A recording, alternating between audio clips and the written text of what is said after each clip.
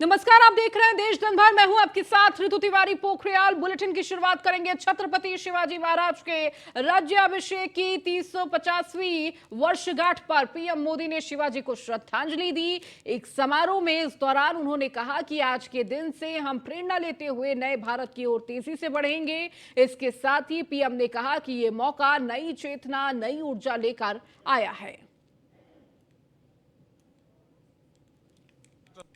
स्वराज की पहली राजधानी रायगढ़ किले के प्रांगण में शानदार आयोजन किया गया है।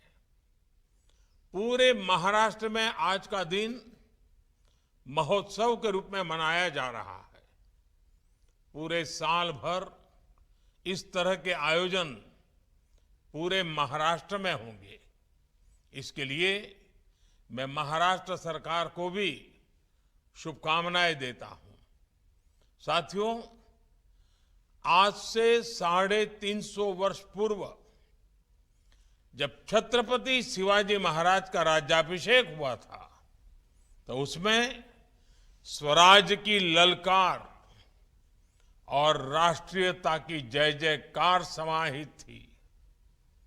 उन्होंने हमेशा भारत की एकता और अखंडता को सर्वोपरि रखा था। आज एक भारत श्रेष्ठ भारत के विजन में छत्रपति शिवाजी महाराज के विचारों का ही प्रतिबिंब देखा जा सकता है।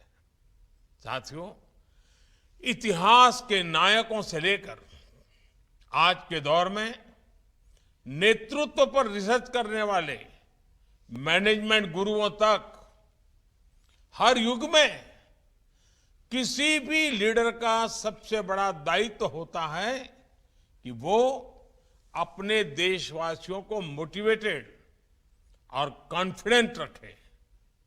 आप छत्रपति शिवाजी महाराज के समय देश की परिस्थितियों की कल्पना कर सकते हैं। सैकड़ों वर्षों की गुलामी और आक्रमणों ने देशवासियों से उनका आत्मविश्वास छीन लिया था। आक्रमणकारियों के शोषण और गरीबी ने समाज को कमजोर बना दिया था। हमारे सांस्कृतिक केंद्रों पर हमला करके लोगों का मनोबल तोड़ने की कोशिश की गई। ऐसे समय में लोगों में आत्मविश्वास जगाना एक कठिन कार्य था, लेकिन छत्रपति शिवाजी महाराज ने न सिर्फ आक्रमणकारियों का मुकाबला किया, बल्कि जनमानस में ये विश्वास भी पैदा किया कि स्वयं का राज संभव है। वहीं हरियाणा के कुरुक्षेत्र में हुई खाप पंचायत, पहलवानों के समर्थन में हुई खाप पंचायत का सरकार को अल्टीमेटम। 9 जून तक फैसला लेकर केंद्र सरकार 9 जून तक बृजभूषण की गिरफ्तारी हो। राकेश टिकैत ने यह बात कही। मांग पूरी ना होने पर देश भर में पंचायत करेंगे। खिलाड़ियों के खिलाफ दर्ज केस वापस लेने की मांग कही है। तो खाप पंचायत पर सरकार को अल्टीमेटम 9 जून तक का यह अल्टीमेटम दिया गया है, जहां कल ये खाप पंचायत बुलाई गई थी सोरमा में, और इस दौरान तमाम पदाधिकारी और खाप पंचायत मौजूद थे। तो वहीं आज पहलवानों के समर्थन में यह खाप पंचायत।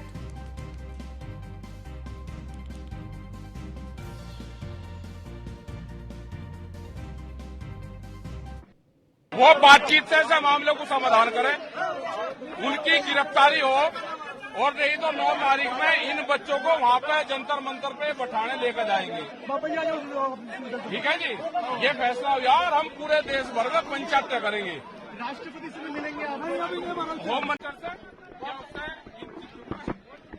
होगा, ये सरकार से मिलेगी। कहीं ना कहीं खाप में भी सहमति दिख रही है। सारी सहमति है, सारी सहमति है, खाप में कोई दिक्कत नहीं है। लोग होते हैं सारी के लोग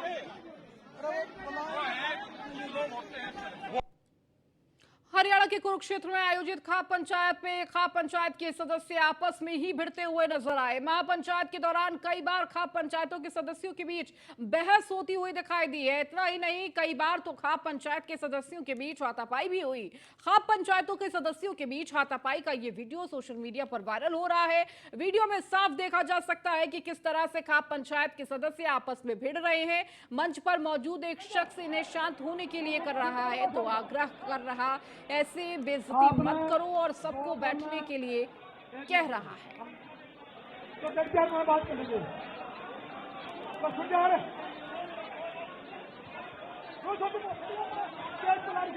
कर दे।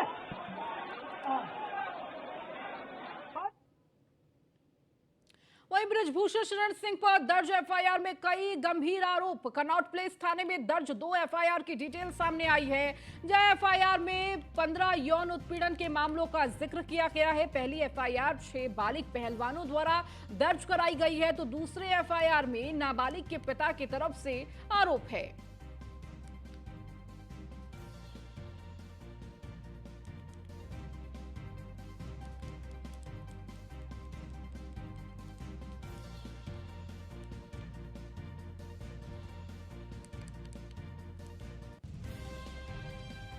तो 2 एफआईआर की डिटेल्स सामने आई है, जहां 15 यौन उत्पीड़न के मामलों का जिक्र किया गया। पहली एफआईआर में 6 बालिग पहलवानों द्वारा दर्ज कराई गई है तो दूसरे एफआईआर में नाबालिग के पिता की तरफ से आरोप लगाए गए हैं।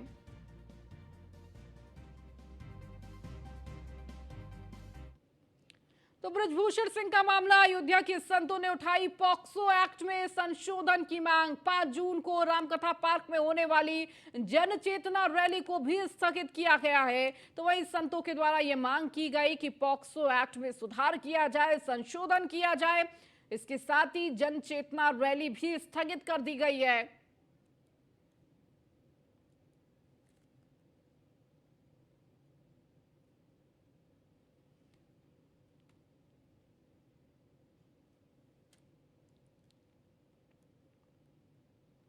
खबरों में आगे बढ़ेंगे, बात राजधानी दिल्ली की करेंगे, जहां पर सिसोदिया की न्यायिक हिरासत बढ़ी। आबकारी नीति मामले में मनीष सिसोदिया को राहत नहीं। सिसोदिया की न्यायिक हिरासत 6 जून तक बढ़ाई गई है। लॉकअप में सिसोदिया से मिल सकते हैं उनके वकील। सिसोदिया को लॉकअप में वकील से मिलने की इजाजत दी गई है। तो मनीष सिसोदिया को राहत अभी मिलने वाली नहीं। लॉकअप में सिसोदिया से वकील उनके मिल सकते हैं, इसकी इजाजत दे दी गई है। न्यायिक हिरासत 6 जून तक बढ़ाई गई है।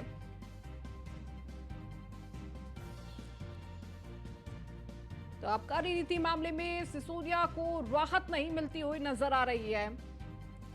6 जून तक न्यायिक हिरासत को बढ़ाया गया है।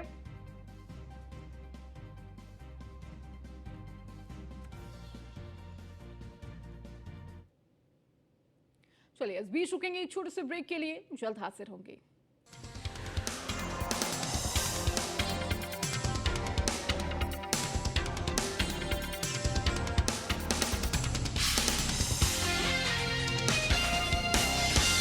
गोल्डी हिंग का तड़का लगे तो सभी दबा के खाते हैं। गोल्डी हिंग कण कण में जान। कैंट देता है 100% प्योर पानी और 4 साल तक फ्री सर्विस। प्योर पानी में मिनरल्स बने रहते हैं। कैंट देता है सबसे शुद्ध पानी। मजेदार स्वाद उन्हीं को मिलता है जिनका काम बोलता है। बैल कोलू कच्ची घानी सरसों का तेल, नाम ही पहचान है।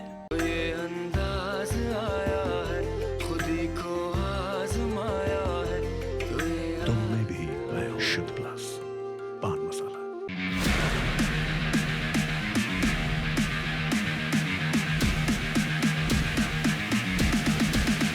उत्तर प्रदेश की धरती पर हो रहा है खेलों के महाकुंभ, खेलो इंडिया यूनिवर्सिटी गेम्स 2022 का आयोजन, जो जीत रहा है सभी का मन। रंगों में उत्साह और दिल में देश का छाया है सभी पर रंग। खेलो इंडिया यूनिवर्सिटी गेम्स का तीसरा संस्करण कई नई सुविधाओं और विशेषताओं से भरा हुआ है। खेलो इंडिया यूनिवर्सिटी गेम्स में हर दिन नए रिकॉर्ड बन रहे हैं, तो जुड़े रहिए रोमांच के संग। हर दिल में देश, खेलो इंडिया उत्तर प्रदेश।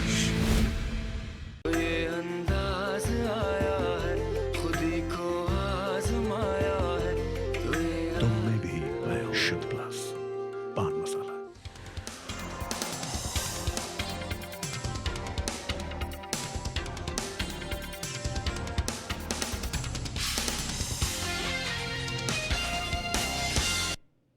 ब्रेक के बाद एक बार फिर से आपका स्वागत है। साक्षी हत्याकांड में इस्तेमाल चाकू बरामद कर लिया गया है। दिल्ली पुलिस ने चाकू को बरामद किया है। हत्या के 4 दिन बाद पुलिस को ये चाकू मिला है। तो इसी चाकू से साक्षी की हत्या कर दी गई थी। कई बार चाकुओं से वार किया गया था और आज पुलिस ने ये चाकू बरामद कर लिया है। 4 दिनों बाद ये चाकू बरामद हुआ है।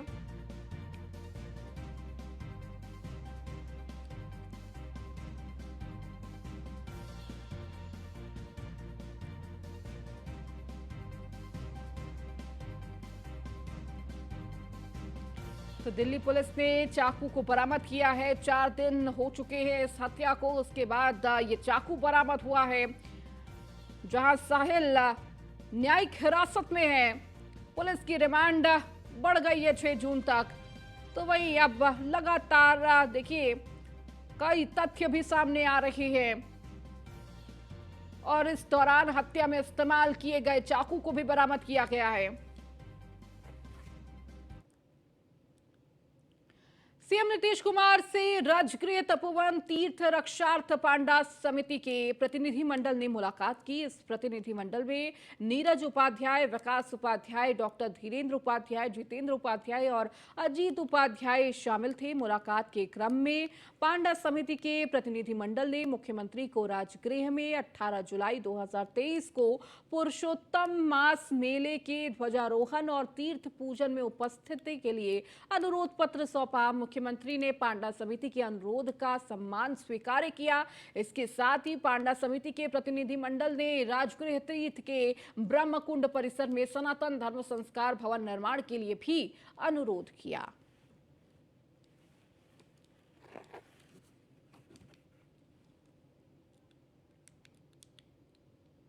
मुख्यमंत्री नीतीश कुमार ने पर्यटन विभाग की समीक्षा बैठक की है। बैठक में पर्यटन विभाग के सचिव अभय कुमार ने पर्यटन विभाग द्वारा किए जा रहे अदंत कार्यों की प्रगति की जानकारी दी। इस दौरान उन्होंने गया जी धाम धर्मशाला, विष्णुपद मंदिर गया, सीतामढ़ी के पुनौरा धाम मंदिर और केसरिया स्तूप के विकास को लेकर बनाए गए विस्तृत प्रोजेक्ट रिपोर्ट के संबंध में जानकारी दी। उन्होंने बताया कि गया जी धर्मशाला को 6 फ्लोर की बिल्डिंग बनाने की योजना प्रस्तावित है। यहां 1100 लोगों को सभी सुविधाओं के साथ रहने की व्यवस्था होगी।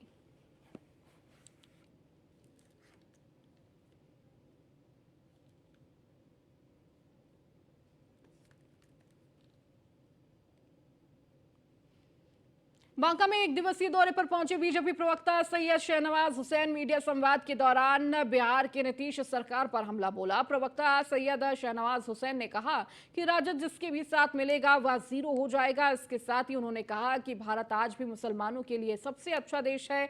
मणिपुर का जिक्र करते हुए उन्होंने कहा कि मणिपुर की घटना और कश्मीर की धारा 370 को बीजेपी सरकार ने हटा दिया।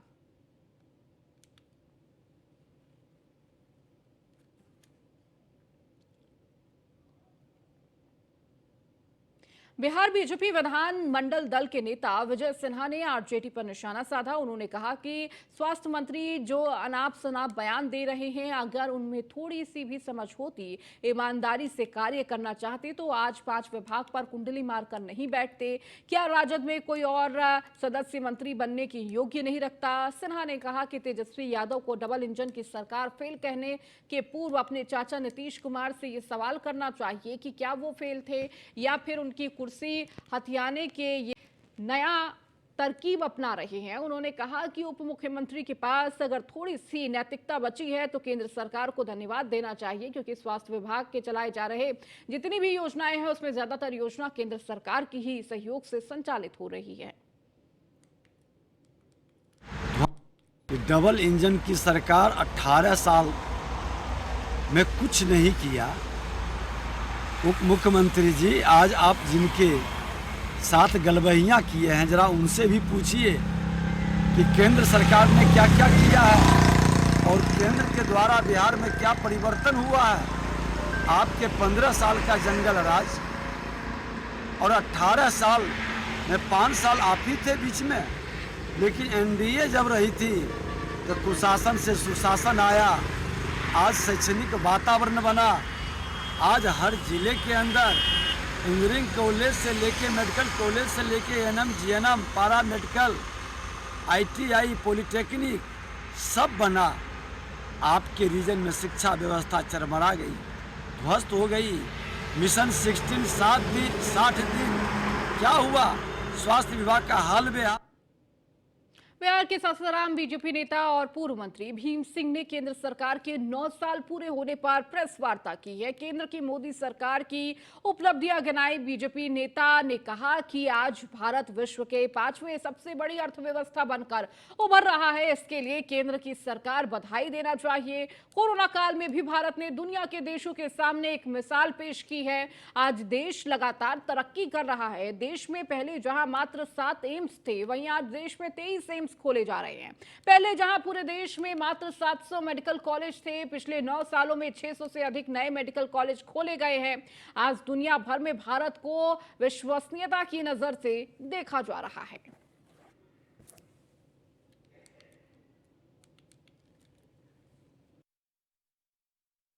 आंखों से भी दृष्टिगोचर कर सकते हैं। सड़कें बन रही हैं, पुल बन रहे हैं, गांव की संपर्कता बढ़ रही है।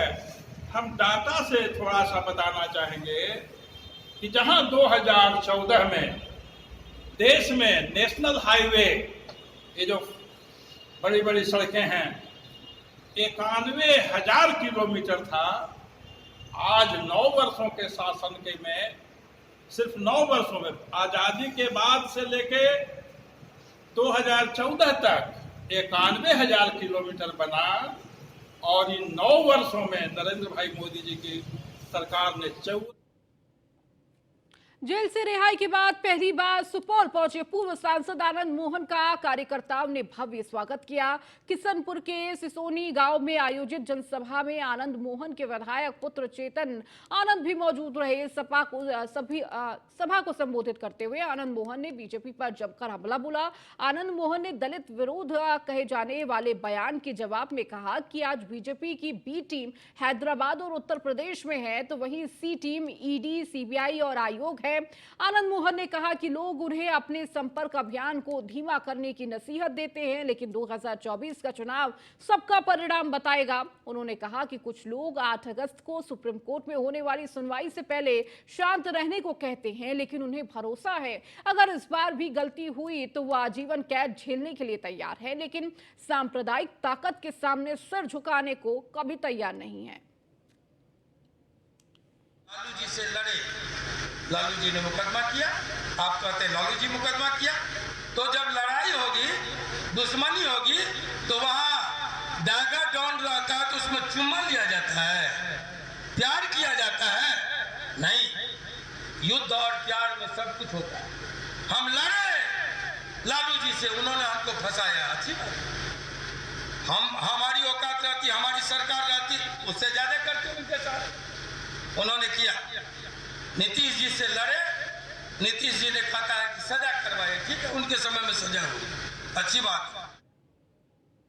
कटिहार में आरजेडी में 70 नौजवानों को पार्टी से जोड़ा है। रेलवे इलाके के यूथ क्लब में आयोजित आरजेडी के सदस्यता समारोह में पार्टी प्रदेश महासचिव समरेंद्र कुरान के सामने युवा समाज सेवी गुलशन झा के नेतृत्व में शैलेश कुमार निषाद, मोहित कुमार सिंह, अवनीश कुमार सिंह, अंकित पांडे, आर्यन पंडित, वीर कुमार, युवराज कुमार सहित 70 नौजवानों ने आरजेडी की प्राथमिक सदस्यता ग्रहण कर राजनीति में प्रवेश किया है। सभी नौजवान राजद में युवाओं के आइकॉन बिहार के मुख्यमंत्री तेजस्वी यादव और सीमांचल के रहनुमा राज्यसभा सांसद डॉक्टर अहमद अशरफ करीम पर भरोसा जताया है। बिहार में रेलवे पुलिस एक्टिव है। जीआरपी की तरह से आए दिन कहीं ना कुछ पकड़ने का काम जोरों शोरों से चलता है। रेलवे पुलिस की कार्यप्रणाली को लेकर रेल एसपी एएस ठाकुर से खास बातचीत की है हमारे ब्यूरो चीफ मनोज कुमार सिंह ने। आपको दिखाते हैं। बिहार पुलिस की अपेक्षा अब यदि देखा जाए तो रेल पुलिस की भूमिका अहम अब देखने को मिल रही है। आज हमारे साथ rail SP as Thakur ji मौजूद हैं। ठाकुर सर, काफ़ी सुधार देखने को मिल रहा है आपके रीजन में, कौन सा ऐसा जादू कर दिया सर? नहीं, जादू नहीं, पुलिस तो अपना पहले से काम कर रही है। थोड़ा सा उसको विशेष निगरानी रखा गया और उसको लगाया गया और टीम को मोटिवेट किया गया, तो इस प्रकार के रिजल्ट सामने आ रहे हैं। लेकिन अभी देखा जा रहा है कि लगातार आपके यहाँ शराब से लेकर अभी ई रिक्शा और भी वगैरह काफ़ी मात्रा में आपने पकड़ा है सर। इसमें हमने देखा कि पहले अपराध करने की शैली को हमने देखा, तो जैसे पटना गया रेलखंड पे पैसेंजर ट्रेन में अपराधियों का और ख़ास करके महिलाओं के अपराध करने की घटनाएं सामने आ रही थी। इस आलोक में विशेष टीम का गठन किया गया और लगातार उस टीम के द्वारा जब कार्य किया गया तो महिला गैंग कलकत्ता की, बंगाल की मिली, जिनका चोरी के मोबाइल बरामद किया गया। फिर यूपी के गैंग महिलाओं का पाया गया जिसमें 20,000 रुपये बरामद किए गए। कल ही बक्सर के इटारी थाना का महिला का गैंग को पकड़ा गया जिसमें कि सोने का चेन लॉकेट का जो झारखंड की महिला थी उसका बरामद किया गया। तो देखा गया कि इसमें खास अपराध की शैली को देखा गया कि जो वेस्ट बंगाल की महिला गैंग थी वो छोटे छोटे बच्चे को यूज़ कर रहे थे, जो यूपी की महिला गैंग थी और भी छोटे गोदी में रखे हुए बच्चों का प्रयोग कर रहे थे सिंपैथिक गेन करने के लिए। सर, ऐसे लोगों का चिन्हित आप लोग कैसे कर पाते हैं? मतलब इतने लोगों का आवागमन रहता है, उसमें एक भिखारी महिला, कैसे चिन्हित करते हैं? इसमें क्या है कि पुलिस का लगातार कार्य करने से लगातार और जो साफ पैसेंजर बैठे हुए हैं और जो एक खास प्रकार के व्यक्ति किस प्रकार से उनका संदिग्ध भूमिका रहता है, तो सादे लिबास में या हम लोग को जो सूचना गुप्त प्राप्त होती है उससे पकड़ में आ जाते हैं वो लोग। सर, यात्रियों के लिए क्या सुविधा दी जा रही है आपके यहाँ से? मतलब आपके रीजन में तो कुछ बेहतर सुनने को मिल रहा था कि यात्रियों को काफ़ी सुविधाएं दी जा रही है। इसमें हम लोगों ने यात्रियों के लिए हमने कई प्रकार से कोशिश किया है कि जो जागरूकता है उसको दिया जाए। जैसे चार्जिंग मोबाइल में लगाते हैं तो वो जागरूक रहें थोड़ा सा, क्योंकि चार्जिंग से तुरंत निकाल लिया जाता है। जैसे कि मोबाइल में अगर ट्रेन में सफ़र करते हैं चढ़ते उतरते समय में तो हम लोग का खास ध्यान होता है, सादे लिबास में हम लोग तैनाती करते हैं। और यात्रियों से मेरा यही अपील है कि वो ज़्यादा से ज़्यादा रेल पुलिस पटना को सूचना दें और उसमें आवश्यक तत्क्षण तुरंत कार्रवाई की जाती है। ये सर, महिला बोगी वगैरह में जो जेंट्स चले जाते हैं उसके लिए आपकी जीआरपी क्या करती है? उसमें भी हम लोग तुरंत कार्रवाई करते हैं और कोई भी अगर उसमें जेंट्स जाते हैं तो तत्क्षण उनको निकाला जाता है, उनको रेलवे एक्ट और अन्य प्रावधानों के अंदर कार्रवाई की जाती है और इंश्योर किया जाता है कि महिला बोगी में वो न चढ़े। ये हैं तेंदु शेखर ठाकुर सर। मतलब इनको यदि शॉर्ट में कहा जाए तो एएस ठाकुर सर हैं और इनके आने के बाद काफ़ी कुछ सुधार देखने को पटना में मिल रहा है। हालांकि पहले भी सुधार था, लेकिन इस प्रकार जो एक्टिव देखे जा रहे हैं जीआरपी के सारे फोर्स, वो पहले नहीं हुआ करता था। सहयोगी राजा तिवारी के साथ चलिए, इस बुलेटिन में फिलहाल इतना ही। बने रहिए न्यूज़ 1 इंडिया के साथ।